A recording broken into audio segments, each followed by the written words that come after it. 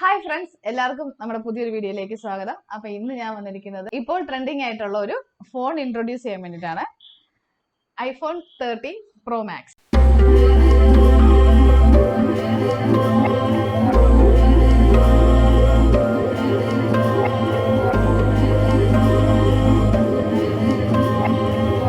iPhone 13 സീരീസിലെ ഏറ്റവും high end ആയിട്ടുള്ളതാണ് Pro Max. അതുപോലെ തന്നെ ഇതിന്റെ ഏറ്റവും അട്രാക്റ്റീവ് എന്ന് പറഞ്ഞാൽ ഇതിന്റെ ഡിസൈൻ ആണ്. ഇതിനകത്ത് ഒരുപാട് ഫീച്ചേഴ്സ് ഇവർ ഇംപ്രൂവ് ചെയ്തിട്ടുണ്ട്. ക്യാമറയിൽ ഒത്തിരി ഫീച്ചേഴ്സ് കൊണ്ടുവന്നിട്ടുണ്ട്. അതുപോലെ തന്നെ ബാറ്ററി ബാക്കപ്പ് ഇംപ്രൂവ്മെന്റ് വരുത്തിയിട്ടുണ്ട്. പിന്നെ ഇതിൽ പ്രോസസ്സിംഗ് കൂടുതൽ ഫീച്ചേഴ്സ് അവർ ആഡ് ചെയ്തിട്ടുണ്ട്. അപ്പൊ നമുക്ക് അത് ഏതൊക്കെയാണെന്ന് നോക്കാം. ഇതിനകത്ത് അവരുടെ പുതിയ പ്രോസസ്സറാണ് ആഡ് ചെയ്തിരിക്കുന്നത്. പിന്നെ അതുപോലെ തന്നെ പഴയ മോഡലുമായിട്ട് കമ്പയർ ചെയ്യുമ്പോഴത്തേക്കും ഈ സീരീസിന് ഒരുപാട് ഇംപ്രൂവ്മെന്റ് വന്നിട്ടുണ്ട്.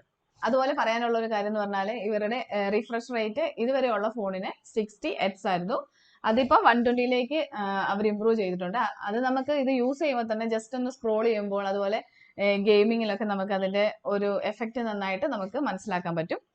ഈ 120 റിഫ്രഷ് റേറ്റ് ഉള്ള ഫോൺസ് നമ്മുടെ മാർക്കറ്റിൽ അവൈലബിൾ ആണ്. പക്ഷെ മറ്റു ഫോണുമായിട്ട് കമ്പയർ ചെയ്യുമ്പോഴത്തേക്കും ഐഫോണിന്റെ ഡൈനാമിക് റിഫ്രഷ് റേറ്റ് എന്നാണ് പറയുന്നത്. കാര്യം എന്താണെന്ന് വെച്ചാൽ ഇപ്പൊ നമ്മൾ ഒരു ഹൈ എൻഡ് ഗെയിമാണ് കളിക്കുന്നതെങ്കിൽ അവരത് 120 വരെ അവരത് യൂസ് ചെയ്യും. 10 to 120 വരെയാണ് റിഫ്രഷ് റേറ്റിൽ ചേഞ്ചസ് വരുന്നത്. അത് എന്താണെന്ന് വെച്ചാൽ നമ്മൾ എന്ത് ടാസ്ക് ആണോ ചെയ്യുന്നത് അതിനനുസരിച്ച് അവർക്ക് അതിനെ മാനേജ് ചെയ്യാൻ പറ്റും. അതുകൊണ്ട് തന്നെ ഇത് നമ്മുടെ ബാറ്ററി ബാക്കപ്പിനെ ഹെൽപ്പ് ചെയ്യുന്നുണ്ട്.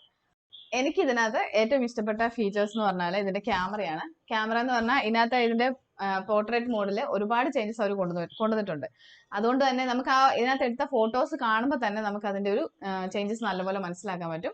അതുപോലെ തന്നെ അവർ ആഡ് ചെയ്തിട്ടുള്ള മറ്റൊരു ഫീച്ചറാണ് മാക്രോ മോഡ്.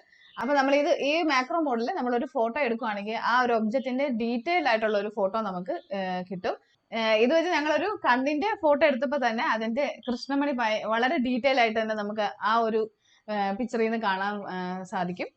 അപ്പം ഇതിന്റെ ക്യാമറ ഫീച്ചേഴ്സിൽ ഏറ്റവും ഹൈലൈറ്റ് ആയിട്ടുള്ള ഒരു മോഡാണ് സിനിമാറ്റിക് മോഡ്. ഈ സിനിമാറ്റിക് മോഡ് ഉപയോഗിച്ച് നമുക്കൊരു ഫിലിം എടുക്കുന്ന രീതിയിൽ തന്നെ നമുക്കൊരു വീഡിയോ എടുക്കാൻ സാധിക്കും. പിന്നെ ഇതിന്റെ മറ്റൊരു പ്രത്യേകത എന്ന് പറഞ്ഞാൽ ഇതിന്റെ ഓട്ടോമാറ്റിക് ഫോക്കസ് ആണ്. ഓട്ടോമാറ്റിക് ഫോക്കസ് എന്ന് പറയുമ്പോൾ നമ്മളൊരു ഒബ്ജക്റ്റ് മൂവ് ചെയ്യുന്നതിനനുസരിച്ച് നമുക്ക് അതിനെ ഫോക്കസ് ചെയ്യും. ഇപ്പം പല മൂവീസും നമ്മുടെ ഐഫോൺ ഉപയോഗിച്ച് സിനിമ എടുക്കാൻ കാരണം തന്നെ ഇങ്ങനെയുള്ള ഫീച്ചേഴ്സ് കാരണമാണ്. അതുപോലെ ഇതിന്റെ പഴയ മോഡൽസുമായിട്ട് ഇത് കമ്പയർ ചെയ്യുമ്പോഴത്തേക്കും ഇതിനൊരു 20 gram വെയിറ്റ് കൂടിയിട്ടുണ്ട്. അത് നമുക്കിത് ഹാൻഡിൽ ചെയ്യുമ്പോൾ തന്നെ നമുക്ക് മനസ്സിലാക്കാൻ പറ്റും. ഇതിന്റെ മറ്റൊരു ഫീച്ചർ ഇനി വരാനിരിക്കുന്നത് പ്രോറസ് ആണ്. പക്ഷെ അത് ഈ ഒരു സീരീസിൽ അപ്ഡേറ്റ് ചെയ്തിട്ടില്ല. അത് ഇനി അടുത്ത സോഫ്റ്റ്വെയർ അപ്ഡേഷനിൽ മാത്രമേ നമുക്ക് അത് കിട്ടത്തുള്ളൂ. 11 താഴെയുള്ള സീരീസ് ആണ് നിങ്ങളുടെ കയ്യിലുള്ളതെങ്കിൽ അതുമായിട്ട് കമ്പയർ ചെയ്യുമ്പോൾ ഈ 13-നകത്ത് ഒരുപാട് ഫീച്ചേഴ്സ് വന്നിട്ടുണ്ട്. അതുകൊണ്ട് തന്നെ നിങ്ങൾക്ക് അതിൽ നിന്ന് ചേഞ്ച് ചെയ്യണമെന്നുണ്ടെങ്കിൽ അത് നല്ലൊരു ഓപ്ഷൻ ആയിരിക്കും.